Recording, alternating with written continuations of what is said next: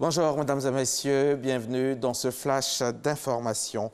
Le traditionnel sommet de l'Union africaine se tiendra au siège permanent de l'organisation panafricaine en Éthiopie en présence d'une quarantaine de dirigeants.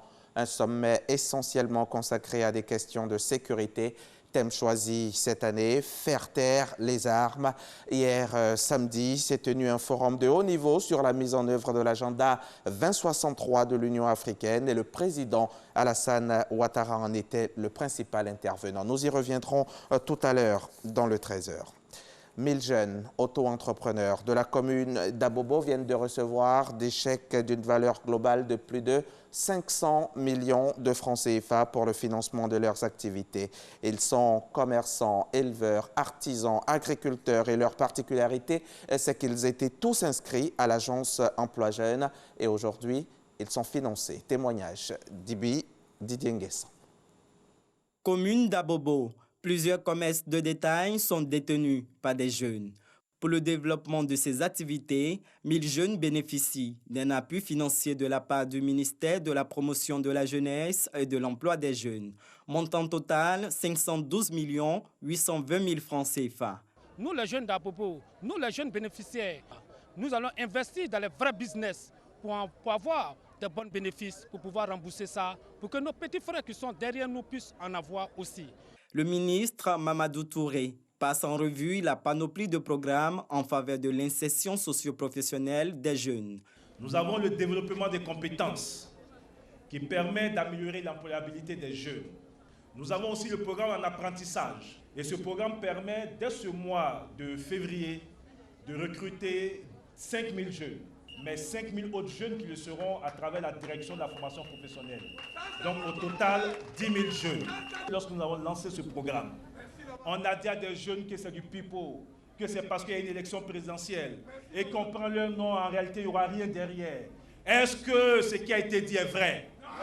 Le maire d'Abobo, Ahmed Bakayoko, président de la cérémonie, exhorte les bénéficiaires à bien gérer ces financements. Vous devez travailler à rembourser cet argent pour que du remboursement, on puisse augmenter la dotation pour servir d'autres jeunes. Ne sous-estimez pas ces 400 000, ces 500 000, c'est 1 million qu'on vous donne. C'est un véritable trésor pour vous. Le maire d'Abobo a fait plusieurs dons en numéraire de 2 200 000 francs CFA aux couches sociales présentes à la cérémonie. En juin 2020, 4 141 autres jeunes d'Abobo bénéficieront de financements estimés à plus d'1,8 milliard de francs CFA. C'est un début d'année heureux pour les travailleurs du secteur privé en Côte d'Ivoire. Depuis le 30 janvier dernier, leurs primes mensuelles de transport sont révalorisées à travers un arrêté qu'a pris le ministère de l'Emploi et de la Protection sociale. Nous avons souhaité avoir leurs impressions. Notre reporter Grace Kando a donc rencontré des travailleurs, des employeurs et même les organisations syndicales. Comment cette nouvelle est accueillie par chacun d'eux, vous le saurez en suivant le 13h. Près de 7 millions d'électeurs sont appelés aux urnes ce dimanche 9 février au Cameroun pour les élections législatives et municipales. Une partie de l'opposition a appelé à boycotter ces élections. Les électeurs seront-ils plus nombreux cette fois? Les autorités l'assurent. Plusieurs observateurs en doutent, sachant que les séparatistes ont imposé plusieurs jours de ville morte, menaçant de représailles ceux qui iraient voter et que l'ONG Amnesty International a alerté ces derniers jours sur une flambée des violences à l'approche du scrutin. Ces élections interviennent dans un contexte marqué par la persistance des défis sécuritaires dans le nord du pays avec la lutte contre la secte djihadiste Boko Haram. Après l'annonce de nouveaux décès liés au coronavirus, le bilan fait état de 811 victimes dans le monde. Ainsi, l'épidémie de coronavirus est devenue plus meurtrière que celle du SRAS. 774 personnes sont mortes lors de l'épidémie de 2002-2003.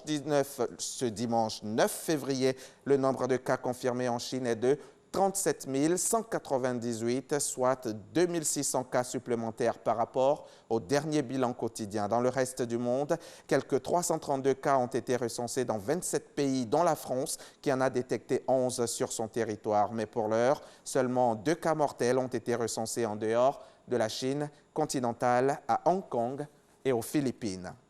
Fin de ce flash, mais ici en Côte d'Ivoire, sachez que tout à l'heure, dans le cadre du magazine du dimanche, je recevrai M.